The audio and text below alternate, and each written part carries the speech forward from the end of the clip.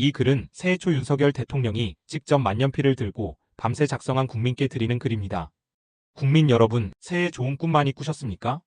을사년 새해에는 정말 기쁜 일 많으시길 바랍니다.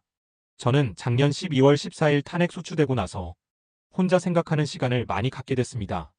좀 아이러니하지만 탄핵 소추가 되고 보니 이제서야 제가 대통령이구나 하는 생각이 듭니다. 26년의 공직생활, 8개월의 대선운동, 대통령 당선과 정권 인수 작업, 대통령 취임. 취임 이후 새벽부터 밤늦게까지 정신없이 일만 하다 보니 제가 대통령이라는 생각을 못하고 지내온 것 같습니다. 공직 인사, 선거 공약과 국정과제, 현안과 위기, 관리 등 외교, 안보, 경제, 사회 문제를 정말 치열하게 고민하고 토론하고 어려운 결정을 해야 하는 일이 많았습니다. 저는 학창시절부터 능력은 노력이라는 생각을 가지고 살아왔기에 무조건 열심히 치열하게 일해왔습니다.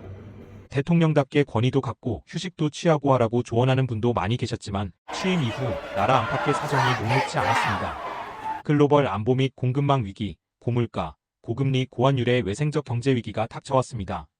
지난 정부의 포퓰리즘 정책에 따른 국가 채무의 폭발적 증가, 부동산 정책 실패에 따른 연끌 가계대출 문제, 소주성 정책에 의한 최저임금 인상 등으로 자영업자와 소상공인, 중소기업의 경영 악화와 대출금 문제 등은 경제 위기를 극복해 나가는데 어려움을 더하였습니다. 하지만 국민 여러분께서 어려운 여건에도 저와 정부를 믿고 따라주신 덕분에 차근차근 현안과 위기를 풀어갈 수 있었습니다.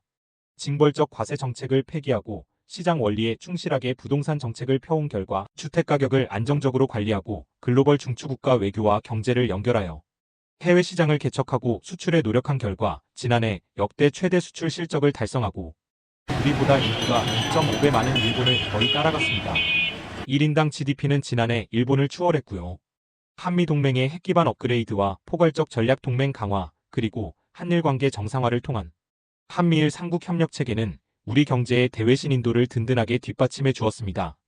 요새는 안보와 경제 그리고 사회개혁을 위해 이리 뛰고 저리 뛴 지난 2년 반의 시간이 파노라마처럼 스쳐갑니다. 좀 더 현명하게 더 경청하면서 잘했어야 했는데 하는 후회도 많이 듭니다. 지난 대선 기간 그리고 취임 후 2년 반의 시간을 돌이켜보면 부족한 저를 믿고 응원해주신 국민 한 분 한 분의 얼굴이 떠오르고 지친 몸을 끌고 새벽 일을 시작하시는 분들, 추운 아침 미래를 준비하기 위해 책가방을 둘러매고 나가는 학생들, 어려운 여건에서 아프고 불편한 몸으로 고생하시는 분들 생각이 많이 납니다. 찾아뵙고 도움을 드리지 못해 안타까운 마음입니다.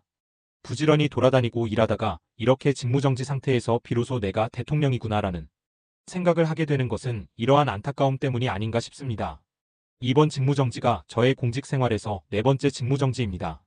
검사로서 1차례, 검찰총장으로서 2차례, 모두 3차례의 직무정지를 받았습니다. 제 주변 사람들은 제게 적당히 타협하고 조금 쉬운 길을 찾지 않는다고 어리석다고 합니다.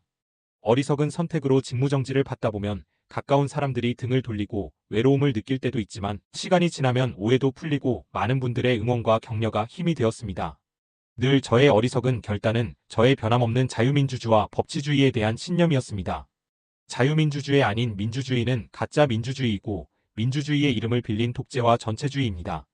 민주주의는 개인의 자유를 지켜주기 위한 제도이고 자유민주주의는 법치주의를 통해 실현되는 것입니다.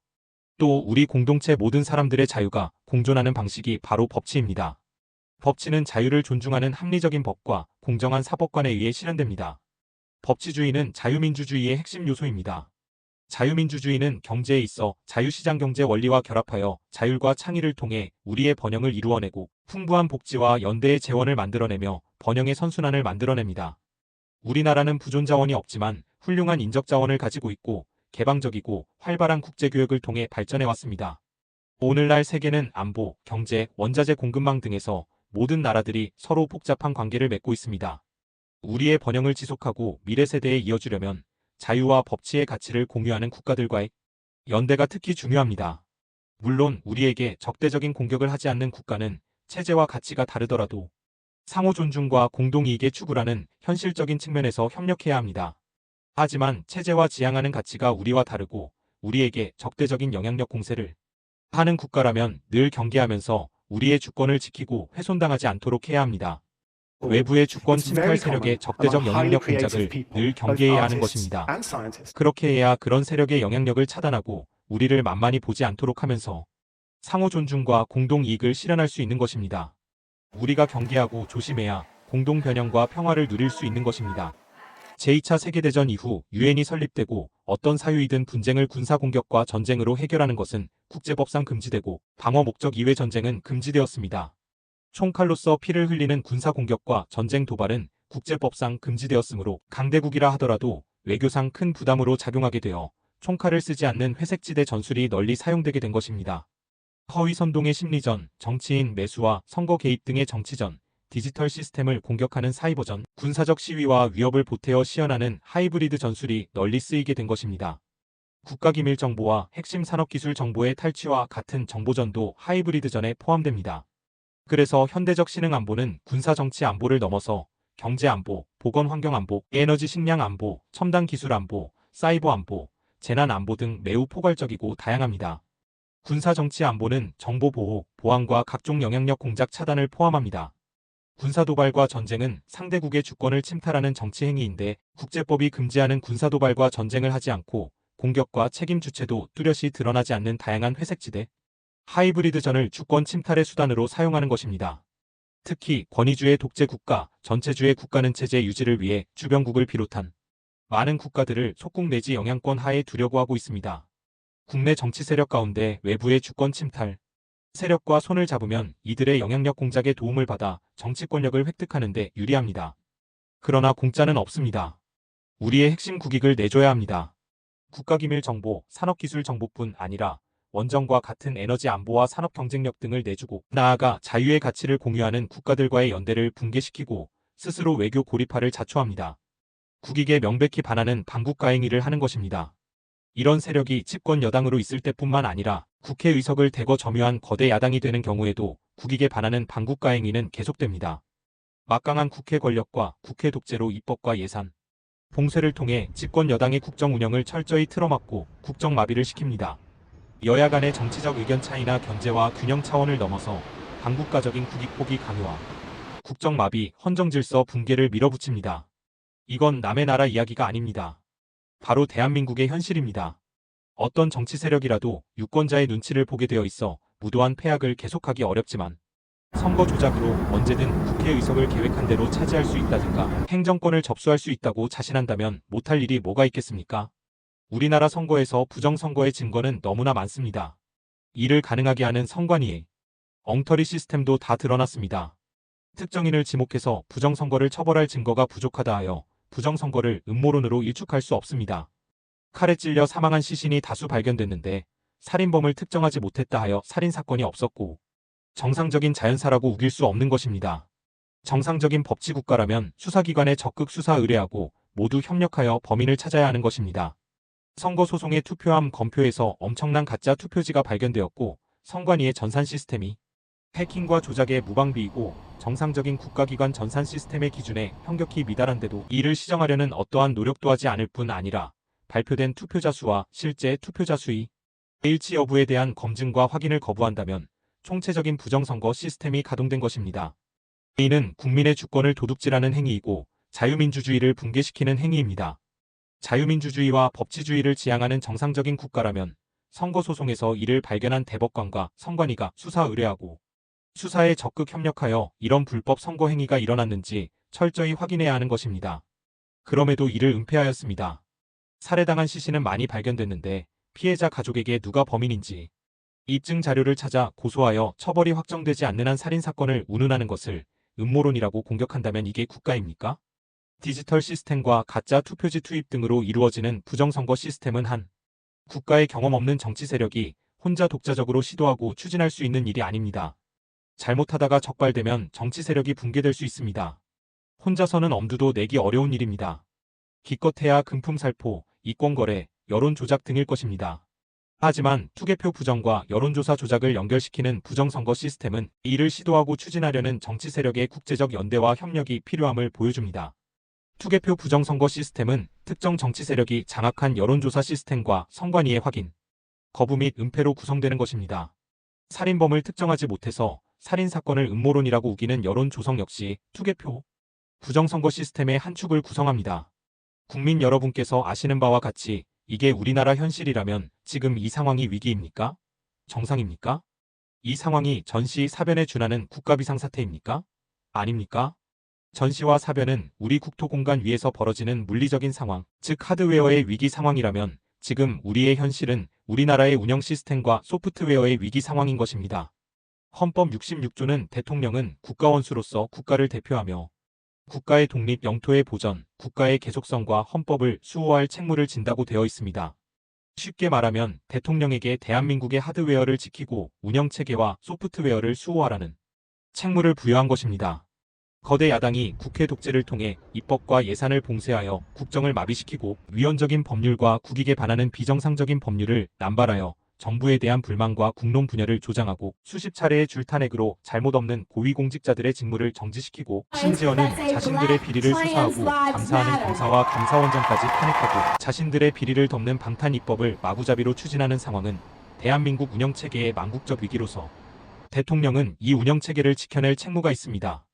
저는 헌법기관인 감사원장까지 탄핵하여 같은 헌법기관인 헌법재판소의 법정에 세우려는 것을 보고 헌법 수호 책무를 이행하기 위한 비상조치가 필요하다고 생각하였습니다. 거대 야당의 일련의 행위가 전시, 사변에 준하는 국가비상사태라고 판단하고 대통령에게 독점적, 배타적으로 부여된 비상계엄 권한을 행사하기로 한 것입니다. 계엄은 과거에는 전쟁을 대비하기 위한 것에 국한되는 것이었지만 우리 헌법은 이에 준하는 국가비상사태라고 규정하여 전쟁 이외의 다양한 국가위기 상황을 계엄령 발동 상황으로 예상하고 있습니다. 국가위기 상황에서 자유민주 국가의 대통령이 가장 먼저 해야 할 일은 주권자인 국민들에게 국가위기 상황을 알리고 이를 극복하기 위해 힘쓰자는 호소를 하는 것입니다. 국가위기 상황을 군과 독재적 행정력만으로 돌파할 것이 아니라 주권자인 국민과 상황을 공유하고 국민의 협조를 받아 돌파해야 하는 것입니다. 계엄이라는 말이 상황의 엄중함을 알리고 경계한다는 뜻이 아니겠습니까? 저는 우리나라의 자유민주주의와 국민주권이 위기 상황임을 잘 인식하지 못하고 계신 국민들께 상황의 위급함을 알리고 주권자인 국민들이 눈을 부릅뜨고 국회 독재의 망국적 폐악을 감시, 비판하게 함으로써 자유민주주의와 헌법 질서를 지키려 하였습니다. 그래서 국방부 장관에게 국회 독재를 알리고 질서 유지를 하기 위해 그리고 부정선거 가동 시스템을 국민들께 제대로 알리고 진상을 파악하기 위해 필요 최소한의 병력 투입을 지시하였고 국회 280명, 선관위에 290명의 병력이 투입된 것입니다. 국회에 투입된 280명의 병력은 국회 마당에 대기해 있다가 그리고 선관위에 투입된 병력은 수십 명의 디지털 요원만 내부 시스템에 접근하고 나머지는 외부에 대기해 있다가 계엄 선포 2시간 30분 만에 국회의 계엄 해제 요구 의결이 있자 즉각 철수하였고 아무런 사상자나 피해 없이 평화롭게 마무리되었습니다. 국민 여러분, 계엄은 범죄가 아닙니다. 계엄은 국가위기를 극복하기 위한 대통령의 권한 행사입니다. 그렇기 때문에 대통령의 권한 행사를 보좌하기 위해 합동참모본부에 계엄과가 있는 것입니다. 계엄 내란이라는 내란몰이 프레임 공세로 저도 탄핵 소추되었고 이를 제대하고 참으로 어이없는 일입니다. 병력 투입 시간이 불과 2시간인데 2시간짜리 내란이 있습니까? 방송으로 전 세계, 전 국민에게 시작한다고 알리고 3시간도 못 되어 국회가 그만두라고 한다고 병력 철수하고 그만두는 내란 봤습니까? 합참 계엄과 계엄 매뉴얼에 의하면 전국 비상계엄은 최소 67개 사단, 병력 이상 수만 명의 병력 사용이 전제되어 있습니다. 국방부 장관은 합참에서 작전부장과 작전본부장을 지낸 사람으로 이런 걸 모를 리 없습니다. 계엄의 형식을 빌린 대국민 호소이기 때문에 소규모 병력을 계획한 것입니다. 국회의원과 국회 직원 등은 신분증 확인을 거쳐 국회 출입이 이루어졌으므로 계엄 해제 요구 결의안 심의가 신속하게 진행되었고 본관과 마당에는 수천 명의 사람들이 오히려 280명의 군을 에워싸고 있었습니다. 병력 철수 지시에 따라 군은 마당에 있던 시민들에게 공손히 인사하고 철수했습니다. 국회를 문 닫으려 한 것입니까? 아니면 폭동을 계획하긴 했습니까? 최근 야당의 탄핵 소추 관계자들이 헌법재판소에서 소추 사항 중 내란죄를 철회하였습니다. 내란죄가 도저히 성립될 수 없으니 당연한 조치를 한 것입니다. 그런데 내란 몰이로 탄핵 소추를 해놓고 재판에 가서 내란을 뺀다면 사기 탄핵, 사기 소추 아닙니까? 탄핵 소추 이후의 상황을 보아도 그 오랜 세월 민주화 운동을 했다고 자부하는 정치인들이 맞나 싶습니다. 하지만 최근 많은 국민들과 청년들이 우리나라의 위기 상황을 인식하고 주권자로서 권리와 책임의식을 가지게 된 것을 보고 있으면 국민들께 국가위기 상황을 알리고 호소하길 잘했다고 생각되고 국민들께 깊은 감사를 느끼게 됩니다. 저는 대통령에 출마할 때부터 우리나라의 대통령이라는 자리가 영광의 길이 아니라 형극의 길이라는 사실을 잘 알고 있었습니다. 하지만 이 나라의 자유민주주의를 반듯하게 세우고 자유와 법치를 외면하는 전체주의적 이권 카르텔 세력과 싸워 국민들에게 주권을 찾아드리겠다고 약속한 만큼 저 개인은 어떻게 되더라도 아무런 후회가 없습니다. 제가 독재를 하고 집권 연장을 위해 이런 식으로 계엄을 했겠습니까? 그런 소규모 미니 병력으로 초단시간 계엄을 말입니다. 사법적 판단이 어떻게 될지는 제가 알 수 없는 일이지만 국민 여러분께서는 이 계엄이 헌법을 수호하고 국가를 살리기 위한 것인지 아닌지 잘 아실 것으로 저는 믿습니다.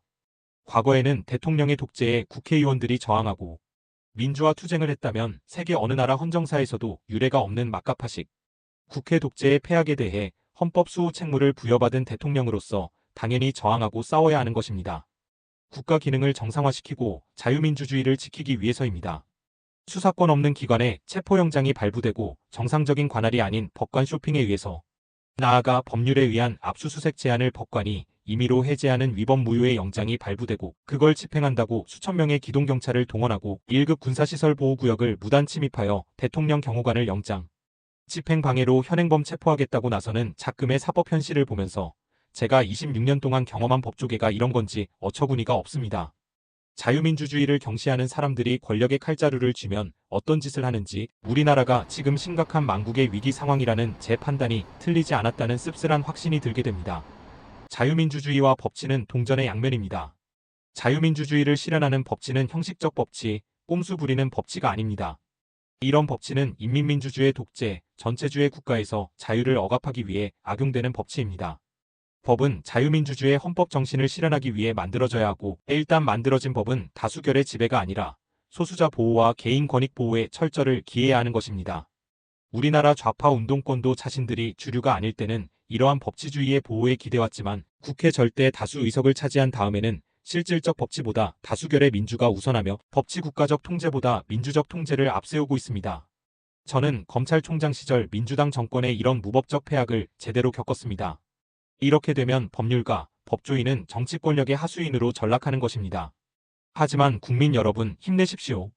주권자인 국민 여러분께서 확고한 권리와 책임의식을 가지고 이를 지키려고 노력한다면 이 나라의 미래는 밝고 희망적입니다. 국민 여러분 감사합니다. 정말 감사하고 또 감사합니다. 새해 여러분의 건강과 건승을 빌겠습니다. 대통령 윤석열